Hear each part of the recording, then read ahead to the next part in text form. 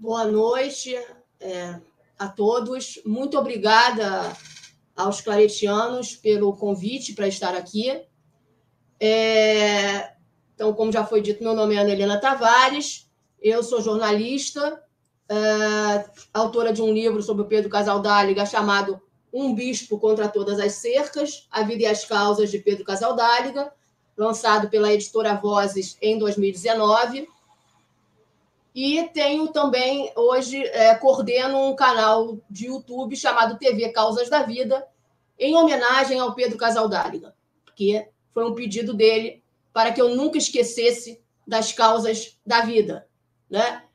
E eu optei por falar do Pedro hoje na vertente política do Pedro, né? Uma política voltada para a vida. Eu quero começar essa explanação com uma frase. A política transporta positividade, e com positividade deve ser exercida.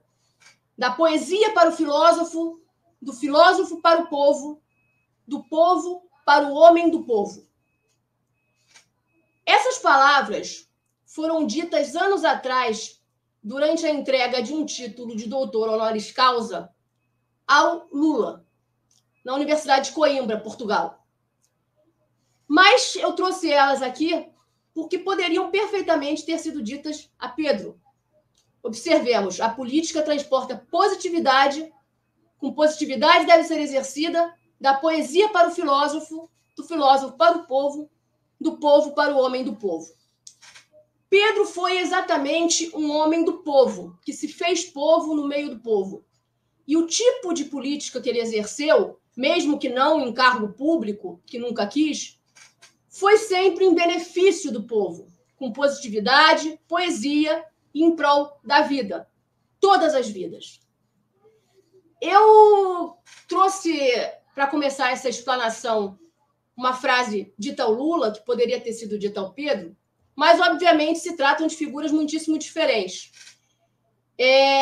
Eu quero apenas citar uma história que está no livro A Terra e as Cinzas, Viagem ao País de Lula, Bolsonaro e Casaldáliga, que foi um livro lançado recentemente pelo Francesco Scribano, meu amigo Paco, que foi o primeiro biógrafo do Pedro, autor do livro Descalço sobre a Terra Vermelha. Ele conta nesse livro, Viagem ao País de Lula, Bolsonaro e Casaldáliga, ele conta que Lula, no primeiro mandato, ofereceu ao Pedro Casaldáliga a cidadania brasileira, que Pedro não tinha e oficialmente nunca teve. Pedro, então, segundo é contado nesse livro, teria respondido que aceitaria de bom grado no dia em que Lula assinasse a reforma agrária. Como sabemos, até hoje, essa reforma não foi plenamente feita no Brasil. Não cabe aqui, nos meus poucos minutos, obviamente, discutir de quem seria a culpa por isso. O que eu quero é lembrar que Pedro, desde que chegou ao Brasil, usou de sua voz e de todas as ferramentas políticas de que dispunha para denunciar o latifúndio, já foi dito isso aqui no início, e gritar pela reforma agrária.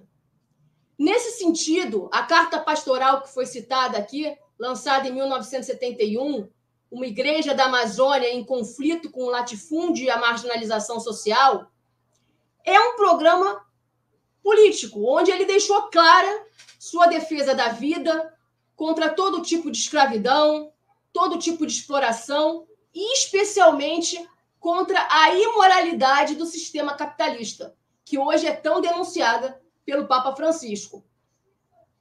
Aqui, gente, vale dizer que se hoje assistimos queimadas no Brasil, especialmente em São Paulo, patrocinadas, né, pelo agronegócio, houve bispos católicos, entre eles Pedro, que já denunciavam problemas semelhantes desde o início dos anos 70. É interessante também que a própria forma como Pedro resolveu ser sagrado bispo, naquela época se chamava sagração, hoje em dia se diria ordenação episcopal, deixou bem clara a sua visão política. Eu pediria, por favor, que colocasse a foto da ordenação episcopal do Pedro. Vocês estão vendo aí, para quem não conhece, essa foto, ela mostra que Pedro usou como báculo um remo indígena, né? Usou como aquele chapéu que o bispo usa, ele usou um chapéu de palha, né? O cenário à beira do Rio Araguaia, com umas vaquinhas magrinhas lá atrás, não é?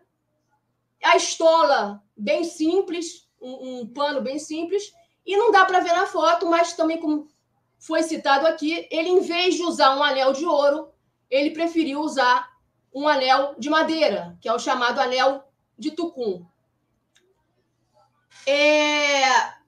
A Comissão Pastoral da Terra, como foi dito aqui, Pedro ajudou a fundar, é um dos exemplos de uma entidade que até hoje segue levando adiante esse programa expresso naquela carta pastoral e também mostrado nessa foto, né? Agora, além da questão da luta pela terra, Pedro também atuou politicamente em muitas outras frentes relacionadas à defesa da vida e dos direitos humanos. Uma das principais foi, sem dúvida, a causa indígena. E hoje temos a atuação sempre firme do Conselho Indigenista Missionário, o CIMI, que traz as digitais do Pedro, né? Além disso, pessoal, quem se dispor a ler a nossa Carta Magna, a Constituição Federal de 1988, vai encontrar o Pedro lá. Não o nome dele, é claro, mas vai encontrar o seu legado e o de muitos que, como ele, contribuíram de forma decisiva para que os direitos dos povos indígenas estivessem lá registrados, ainda que hoje tantos juristas pareçam não ter lido. E a democracia, pessoal?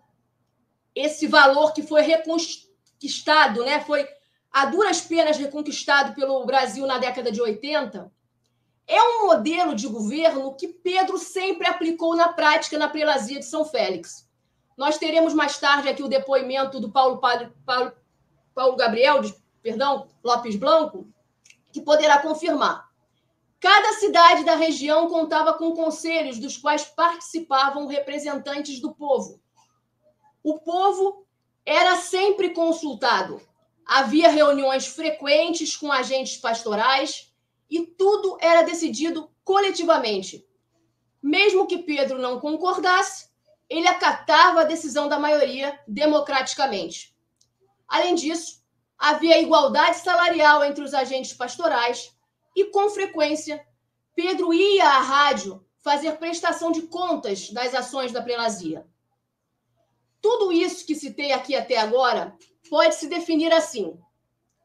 Pedro atuava com transparência, não fazia diferenciação entre pessoas, era coerente com as ações na macro e na micropolítica e agia sempre em prol dos necessitados. Ele sentia as dores do povo e ia até as periferias existenciais e geográficas, como hoje o Papa Francisco tanto nos pede. Isso nada mais é do que ser cristão, isso nada mais é do que seguir o Evangelho. Quando o Papa fala de periferias geográficas, está se referindo, claro, às regiões mais pobres do mundo. Pedro atuou em uma delas, Guiné Equatorial, na África, antes de vir para o Brasil. Também lá fez política, especialmente de combate ao racismo e a todo tipo de segregação. Eu conto no meu livro Um Bispo contra Todas as Cercas, no capítulo Morte e Vida Africana, que ele e seus companheiros estavam na África, no início dos anos 60, por conta dos chamados cursílios de cristandade. E aqui eu leio uma partezinha do livro. Com a mistura das esperanças e dos sonhos, eles revolucionaram as práticas comuns a esse tipo de missão ao ministrarem cursílios que misturavam brancos e negros. Enfrentaram a descrença de muitos que julgavam que não daria certo e negaram-se a ceder aos que queriam a segregação. Tinham como palavra de ordem ou café com leite ou nada. Assim, acabaram por fazer uma mistura ainda mais ampla que não se restringia a brancos e negros. Civis, militares, pessoas letradas, gente analfabeta, carolas, devassos, todos foram reunidos naqueles cursílios. Isso 2 anos antes, do Pedro vir ao Brasil. Né? E mesmo depois de já estar no Brasil há muito tempo, já na década de 80 e na década de 90, a atuação de Pedro teve uma forte dimensão internacional, sempre coerente com suas práticas locais e com o Evangelho. Foi nos anos 80 que ele visitou a Nicarágua e Cuba. Na Nicarágua, ofereceu forte apoio à Revolução Sandinista, que contou com a participação de muitos religiosos. Pedro acreditava, pessoal, na máxima: se queres a paz, faze guerra, a guerra, faze a paz. Era um bispo contra todas as cercas, como deixou registrado no seu poema Tierra Nuestra Libertad. E também, recentemente, esse poema, inclusive, foi lido, né, foi recitado numa novela da Globo. Mas, além de contra todas as cercas, também, claro, contra todos os muros, contra todas as fronteiras. Né? Jesus foi um migrante, Pedro também foi um migrante. E eu estou dizendo isso para lembrar a defesa política que Pedro sempre fez da causa dos refugiados. Nem sempre é muito lembrada na vida dele. Uma das muitas ocasiões em que atuou nessa causa foi em 2007, quando o bispo pediu ao deputado estadual por Minas, Durval Ângelo, que, através da Comissão de Direitos Humanos da Assembleia Legislativa de Minas, né, refugiados da bacia do Rio Cacarica, da Colômbia, recebessem abrigo. Né, e eles acabaram recebendo. Então, não resta dúvidas. Pedro Casaldáliga fez política. A opção pelos pobres é política, a opção pelos nobres também é política. Existe a política do tubarão, existe a política do peixe pequeno. Ou, como diria Pedro, num pequeno poeminha irônico, que está também no meu livro, palavras do Pedro: pescador tem sua política, a vara e a isca. O peixe tem sua boca para cuspi-la. É claro que é delicada a relação entre religião e política, mas a Igreja Católica sempre fez política, né? E não à toa o Papa é um chefe de Estado, uma coisa que, aliás, o Pedro discordava. Pelo lado da defesa da vida, gente, é interessante lembrar que muitos religiosos católicos, inclusive o Pedro, participaram ativamente da fundação de instituições políticas que foram criadas no contexto da redemocratização do Brasil. MST, Movimento dos Sem Terra, o Partido dos Trabalhadores, a CUT, Central Única dos Trabalhadores. Né?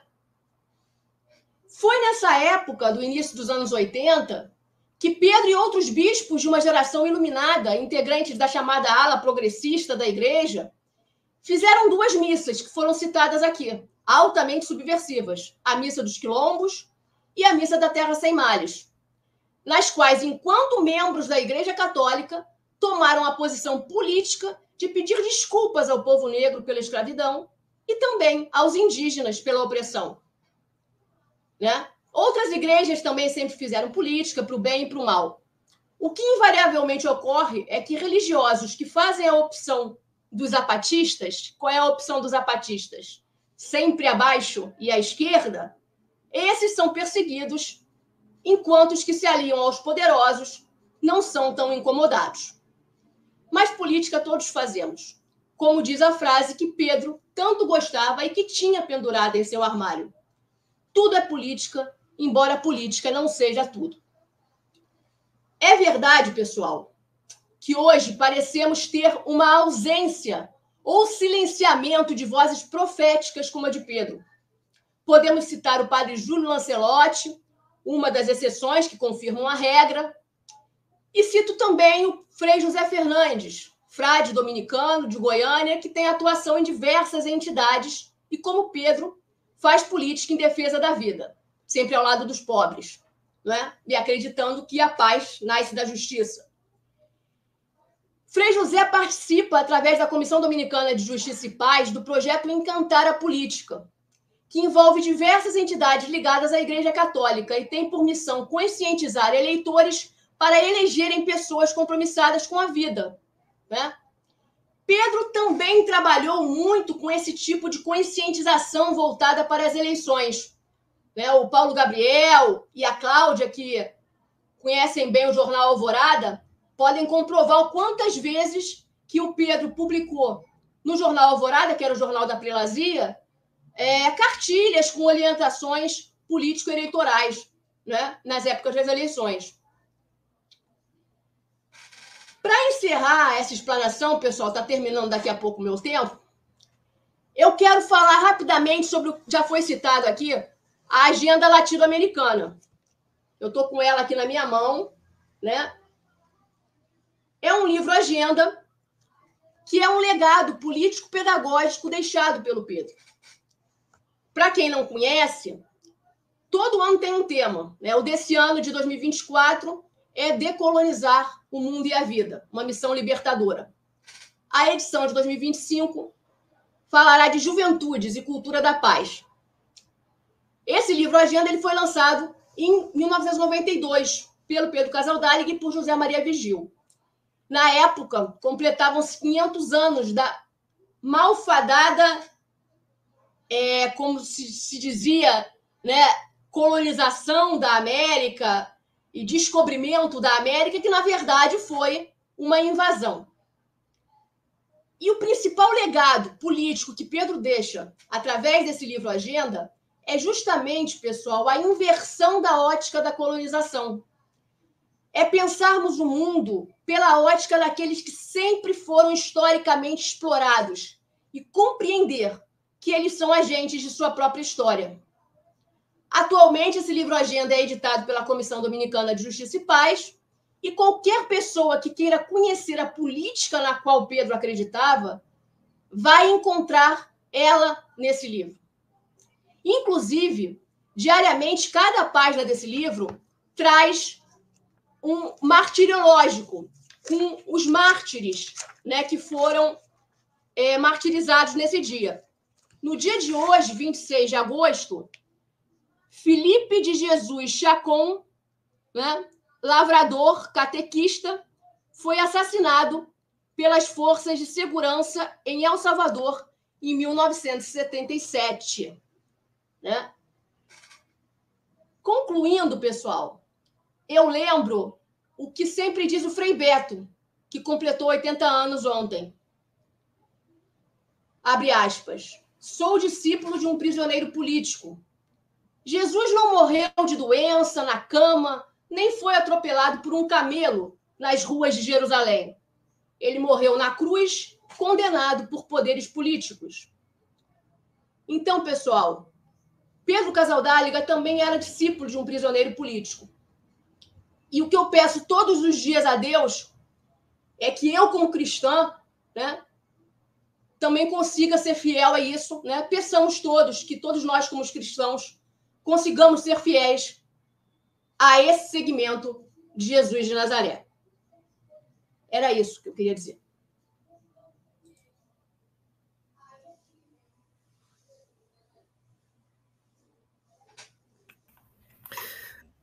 Muito obrigado, Ana. Obrigado e parabéns pelo excelente trabalho, pelo livro e pela pelo seu empenho, pela sua sintonia com o Pedro Casaldáliga. Isto, para nós que somos da congregação, a gente percebe que o Pedro criou um movimento muito além da própria congregação, muito além do próprio interno da igreja. Então, por isso, parabéns e nós agradecemos a sua exposição.